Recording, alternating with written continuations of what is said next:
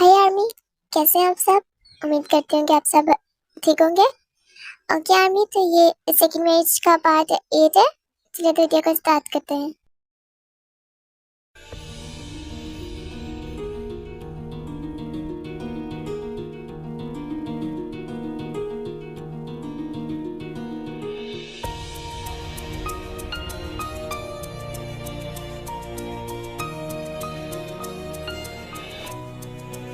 ताई, पहले तो मुझे ये बता, तुम्हें क्या हुआ है। मैं तुम्हें सुबह से देख रही हूँ, तुम कुछ परेशान लग रही हो।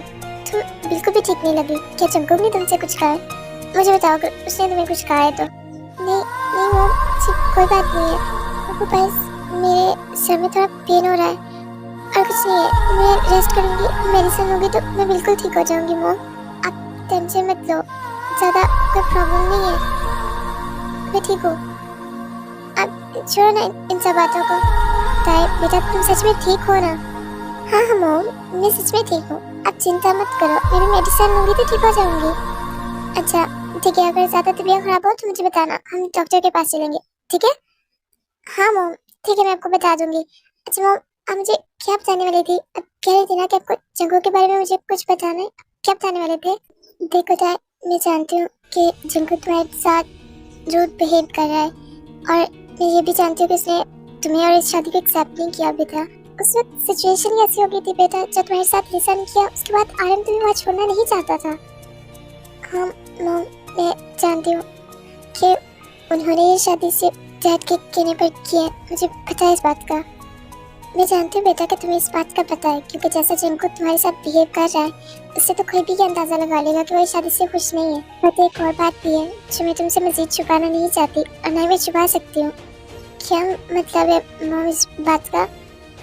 कौन सी बात है मॉम, क्या छुपा रही हो मुझसे? ताई, मुझे नहीं पता बेटा कि तुम इस बात को समझ पाओगी भी या नहीं, पर मैं तुम्हें बताना चाहती हूँ कि जंगू की ये दूसरी शादी है। उसकी पहली शादी किसी और से हो चुकी है। क्या मतलब मॉम इस बात का? मुझे कुछ समझ में नहीं आ रहा। देखो ताई, मैं जानती हूँ बेटा कि तुम बहुत ज़्यादा शौक हो इस बात से, बट सच ये कि बेटा जंगू की 2 साल पहले शादी हो चुकी थी। और सच कहूँ तो ताई, मेरा बेटा उस शादी से बहुत ज़्यादा खुश था। वो प्यार करता था उससे और वो बहुत ज़्यादा एक्साइटेड था इस शादी के लिए। बट जंकू को ये नहीं पता था कि वो लड़की उसके साथ सिर्फ उसके पैसों के लिए। जिस दिन जंकुक और उस लड़की की शादी हुई उसके ठीक 1 हफ्ते बाद उन दोनों की डिवोर्स हो गई थी। वो लड़की सिर्फ एक गोल्ड डिगर ही नहीं बल्कि वो एक चीटर भी थी। उसने मेरे जंकुक पर चीट किया। जिस दिन जंकुक की और उसकी शादी हुई उसी दिन जंकुक को मीटिंग के लिए लंदन जाना पड़ा। जंकुक की वो मीटिंग 2 वीक्स के लिए थी एंड शादी के 1 वीक बाद मुझे और मेरे डैड को भी किसी पार्टी में जाना था, तो हम लोग भी चले गए थे और हम 2 दिन बाद आने वाले थे। और जंकुक उसी दिन वापस आने वाला था, बट जंकुक ने हमें मना किया था कि हम उसे ना बताएं क्योंकि वो उसे सरप्राइज देना चाहता था। हम लोग भी चाहते थे कि वो दोनों एक साथ टाइम स्पेंड करें, क्योंकि शादी की रात ही तो जंकुक भी चला गया था। बट जब जंकुक आया तो उसने देखा कि वो जंकुक के ही रूम में जंकुक के बेड पर अपने बॉयफ्रेंड के साथ जंकुक को चीट कर रही थी। उस रात के बाद सब कुछ बदल गया था। मेरा जंकुक कभी भी ऐसा नहीं था, तो बहुत ही मैच्योर, बहुत ही स्वीट पर्सन था। 2 साल हो गए थे इस बात को। मैं चाहती थी कि मेरा बेटा भी मूव ऑन कर जाए, वो भी अपनी जिंदगी में आगे बढ़े। और अब मैं चाहती थी कि मैं अपने जंकुक के लिए एक ऐसी लाइफ पार्टनर ढूंढूं जो उसके पैसों से नहीं बल्कि उससे प्यार करे, उसके साथ लॉयल हो। और इसीलिए मैंने अपने जंकुक के लिए तुम्हें चूज किया, क्योंकि हॉबी और आयु बहुत ही ज़्यादा पोलाइट थे, काइंड हार्टेड थे।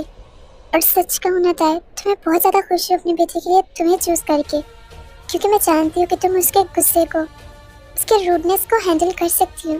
क्योंकि अगर तुम लिसा के गुस्से को, उसके चर्चा को सह सकती हो, तो तुम मेरे जंकू के गुस्से को बहुत अच्छे से हैंडल कर सकती हो ताई। मैं जानती हूँ कि तुम ही वो लड़की हो जो मेरे जंकू को बदल सकती हो। तुम नहीं जानती ताई कि जब लिसा ने शादी से इनकार कर दिया था तो मैं कितनी ज़्यादा डर गई थी, क्योंकि कुछ लड़कियां तो जंकुक की रूडनेस की वजह से उसे शादी से इनकार कर देती थी, बट जो मानती थी वो सिर्फ जंकुक के पैसों के लिए उससे शादी करना चाहती थी। बट तुम्हें ऐसी बिल्कुल भी नहीं थी, तुम्हें जंकुक के पैसों से कोई भी मतलब नहीं था। बट जब आर्यन ने मुझे बताया कि तुम्हें इस शादी से कोई प्रॉब्लम नहीं है और तुम ये शादी करना चाहती हो, तो मैंने पता था कि मैं उस वक्त कितनी ज़्यादा खुश थी। बस मेरी तुमसे एक ही रिक्वेस्ट है ताई, तुम प्लीज़ मेरे बेटे का साथ कभी मत छोड़ना। तुम इस शादी को एक चांस दो। मेरा बेटा दिल का बुरा नहीं है। हाँ, उसे कभी कभी बहुत ज़्यादा गुस्सा आ जाता है और वो गुस्से में कुछ भी कर देता है, मैं जानती हूँ कि जिनको भी शादी को एक्सेप्ट नहीं कर रहा है, पर तुम उसकी वाइफ हो जाए, तुम ट्राई तो करो, तुम उसके लिए एफर्ट तो करो, तुम उसकी ज़रूरतों का, उसकी चीज़ों का ध्यान रखो। आई होप कि वो तुम्हें नोटिस करेगा, वो खुद तुम्हारे पास चला आएगा। ताए ताए बेटा, तुम समझ रहे हो ना मैं तुम्हें क्या कहना चाह रही हूँ? तुम्हें शादी की चांस दो, तुम अपना बेस्ट ट्राई करो, देखना एक दिन सब ठीक हो जाएगा। ताए तुम समझ रहे हो मैं तुम्हें क्या कहना चाह रही हूँ? मॉम, मेरे समय बहुत ज़्यादा पेन हो रहा है, क्या मैं अपने रूम में रेस्ट करने के लिए जा सकती हूँ? मॉम प्लीज़, अगर आप माइंड ना करो तो प्लीज़ मॉम। हाँ हाँ बेटा, क्यों नहीं, ठीक है, तुम जाओ, तुम रेस्ट करो।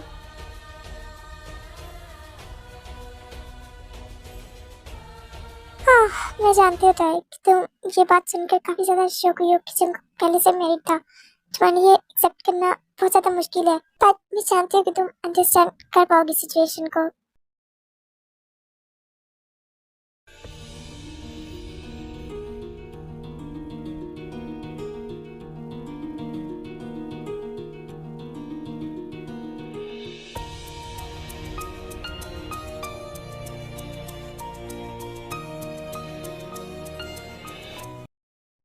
हाँ ठीक है भाई, मैं इस फाइल को अच्छे से चेक कर लूंगा, बट तुम मुझे बस इतना बताओ कि क्या शिवा अभी तक ऑफिस में नहीं आया? अगर वो ऑफिस में है तो उसे जल्दी मेरे पास भेजो, मुझे उससे बात करनी है। नो सर, सर शुगा सर तो अभी तक ऑफिस में नहीं आए हैं। क्या? वो अभी तक ऑफिस में नहीं आया? अच्छा ठीक है, तुम जाओ, और हाँ मेरे लिए अच्छी सी कॉफी भेज दो। ठीक है सर, मैं भेज देती हूँ, अगर आपको कुछ और चाहिए तो बता दो। नो, बस अभी के लिए तुम मुझे कॉफी भेज दो।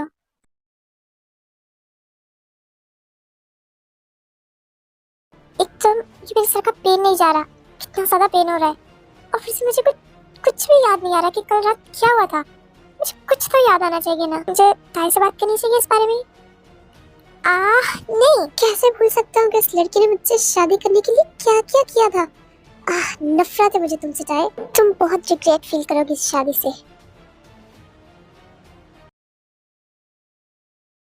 मुझे तो कुछ समझ में नहीं आ रहा कि मेरे साथ आखिर हो क्या रहा है। मुझे लगा था कि इस शादी के बाद मेरी लाइफ नॉर्मल हो जाएगी, मैं भी बाकी लोगों की तरह एक अच्छी लाइफ स्पेंड करूंगी, पर इन लोगों को क्या लगता है, क्या मैं इंसान नहीं हूँ?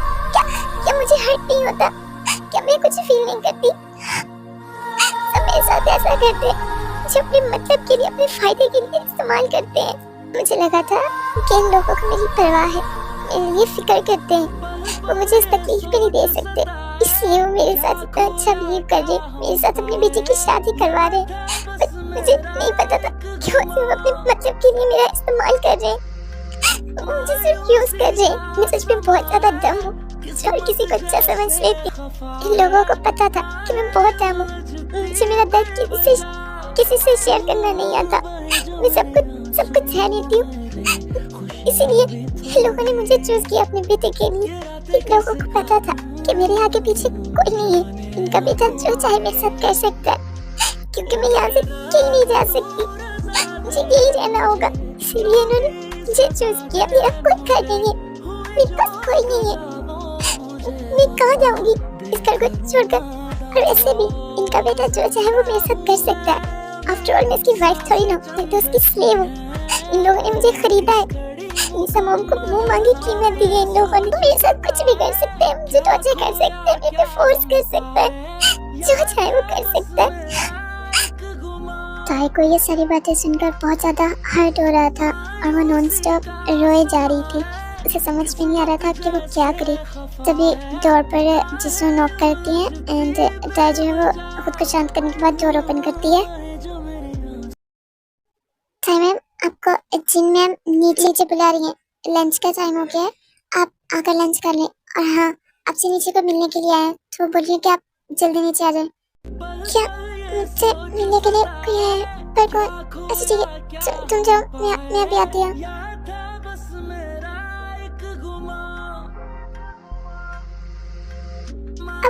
अब मुझसे मिलने के लिए कौन आया होगा? क्या अभी कोई रहता है जो मुझे और टॉर्चर करना चाहता है, जो मुझे और यूज करना चाहता है? मैं थक गई हूँ सच में, मुझसे अब वो सब नहीं बर्दाश्त होता, और मैं कुछ नहीं कर सकती, क्योंकि ये लोग तो मुझे खरीद कर लेकर आए हैं ना। खरीदी हुई चीज के साथ तो इंसान कुछ भी कर सकता है। मैं भी तो एक चीज ही हूँ ना, और इन लोगों ने मुझे खरीदा है। मेरी तो कोई फीलिंग्स ही नहीं है, मुझे कुछ फील नहीं होता, क्योंकि मैं तो एक चीज हूँ ना।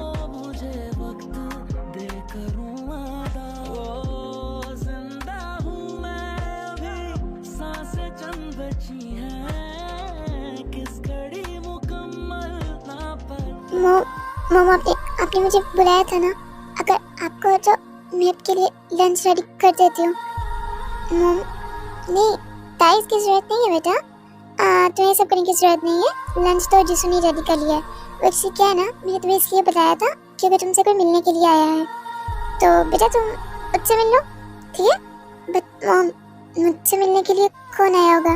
मैं तो यहाँ पर किसी को नहीं जानती ना। तो फिर मुझसे मिलने के लिए, अरे डोंट वरी बेटा, तुम बहुत ज्यादा खुश होगी इसे देखकर, ठीक है? पहले तुम मुझसे मिलो। हाँ, आप यहाँ पर? हाय आर्मी, आई होप कि आप सबको ये पार्ट बहुत ज़्यादा पसंद आया होगा। एंड प्लीज़ आर्मी, अगर आप सबको ये पार्ट अच्छा लगा है तो प्लीज़ मेरी वीडियो को लाइक एंड मेरे चैनल को सब्सक्राइब कर दीजिए आर्मी। ओके, तो मिलते हैं नेक्स्ट पार्ट में। तब तक के लिए bye bye, be safe, be happy, love you army.